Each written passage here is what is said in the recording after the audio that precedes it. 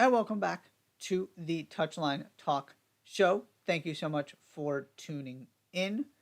As always, be sure to hit that subscribe button so you don't miss any of the content I put out every single week on YouTube. This segment all about storylines and predictions. If you haven't seen the World Cup tiers video, be sure to check that out that I did in the first segment. I'm going to start this one with storylines. I have three big picture things I'm looking at for this tournament in terms of kind of the talking points and what I think ultimately might kind of decide it, or what we're going to end up looking back on this tournament and kind of associating with it. The first one, unfortunately, is very simply the missing players. I've talked about this in group previews, brought it up on multiple occasions. The two best teams in the world talent-wise, or at least two of the best three if you want to throw Germany in there. But I do feel like the US and England have a slight edge over Germany at full strength. US. No Catalina Macario. No Sam Mewis.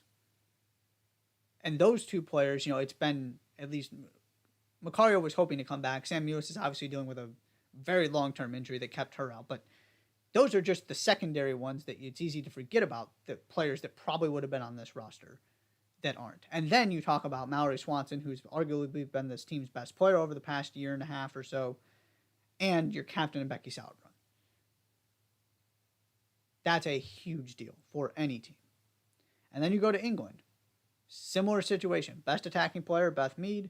Captain, kind of emotional leader, heart of your back line, Leah Williamson. Both gone. And so the best two teams on paper at full strength have a lot of juggling and figuring out how to compensate for missing key pieces. In a tournament that is already going to be easily the most competitive Women's World Cup of all time. Now you've added another element to make it more difficult for the favorites to actually deliver. And then you get to the tier 2 teams. France, I mentioned those injuries. That really scares me. Spain, not necessarily injuries, but the tensions between the players and the federation. It's not a full-strength team. And you have kind of the emotional and mental ramifications that come with that. And then Vivianne Miedema for the Netherlands. To me, that probably takes him out of the running to win this tournament. That one injury. And so these are not just big-time players that are missing, that are recognizable names. These are players on teams hoping to win this tournament. These are injuries that could tip the balance one way or the other. It makes it the story heading into this tournament is who can compensate best for this? Does it open the door for somebody else to go and win this tournament? And does depth end up making the difference? Because the US is better equipped to deal with injuries than any other team in the world? Or does the fact that Germany, who generally have escaped these injuries, can throw 16 players out there that are probably better than any other combination of 16 because the US doesn't have Trinity Rodman as your striker coming off the bench, because Trinity Rodman is starting because Mallory Swanson's not there. And if a center back is not available, might have to move Julie Ertz, and all of a sudden you're trying to replace Julie Ertz, which has been an issue for the past 3 years. Right? One weird thing with this US team, and I am concerned, quite frankly. Same thing with England. Can you replace one more player after the ones you've already had to replace? And so if Germany goes on to win this thing, that's going to be part of the story, is they had something much closer to their full-strength team. And when the margins are so slim between these teams anyway, that might be the deciding factor, is that you can bring on a dynamic playmaker in the 75th minute that gives you a little bit more than what the England or the United States can, because the player that they were supposed to be bringing on, Chloe Kelly or Trinity Rodman, is now thrust into a bigger role because Beth Mead and Mallory Swanson aren't there. The second thing is the emerging teams. And I talked about this a little bit with the tiers. I'm really excited to just continue to see how competitive the teams that you don't associate with being the powerhouses in women's soccer can be in this tournament. And there are a few in particular I want to highlight, starting with Ireland. World Cups are just better when Ireland are at them. And this is a team that has real talent and a great duo to kind of carry the goal scoring load, carry the creative force, be the creative force for this team, carry the attacking burden, even though it's not necessarily what Denise O'Sullivan does. Her and Katie McCabe, that's a great starting point for this team. Those are the kind of players that can go win you a game in the knockout stage if you're able to get there, or can go win you a game to get you to the knockout stage.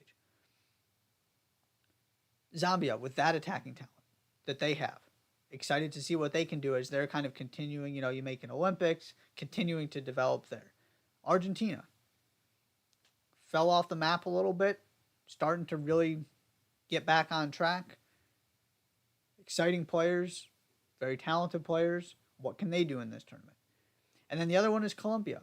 South America is really starting to grow. Those two teams in particular. Obviously, Brazil has always kind of been the standard. And there are plenty of other teams that you could talk about in this group. But those are the ones that really stood out to me of teams that, not necessarily a South Korea or a China or a Japan or somebody who's been around and has had success that maybe is not in the top tier necessarily. But these teams that are coming on the rise that you may not be thinking about heading into this tournament are some of the ones I'm really excited to watch. And specifically getting Ireland in that group where not expected to get out of it because you got two of the best 10 or so teams in the world in there. But where they can make the difference between and kind of maybe even determine who gets out of that group because they can beat any of those teams on any given day. So those four teams, Ireland, Zambia, Argentina, Colombia, are ones that I am really looking forward to, not only in this tournament, but kind of how this tournament builds the foundation for them moving forward. Finally, the federation issues. Just off the top of my head, basically, here are some of the ones that I have been reading about, thinking about, hearing, that are out there that you can go do more research on. Ireland has a coach who's been implicated in the mistreatment of players in the NWSL. That's kind of separate from the rest of this, but I'm throwing it out there as another controversy, question mark, off-field issue that is involved in this tournament.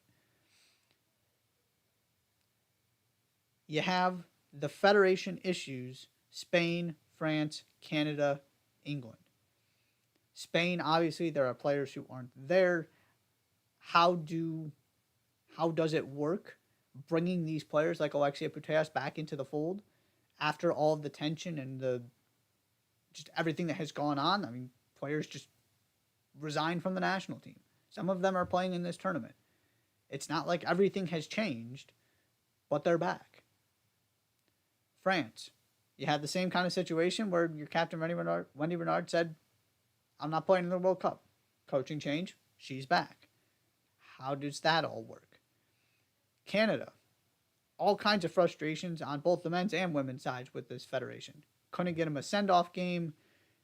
There's been talk of bankruptcy. It's just a disaster. How does that part of this work? And then England, I'm throwing them in really quickly because they couldn't get to an agreement on bonuses with the FA reportedly.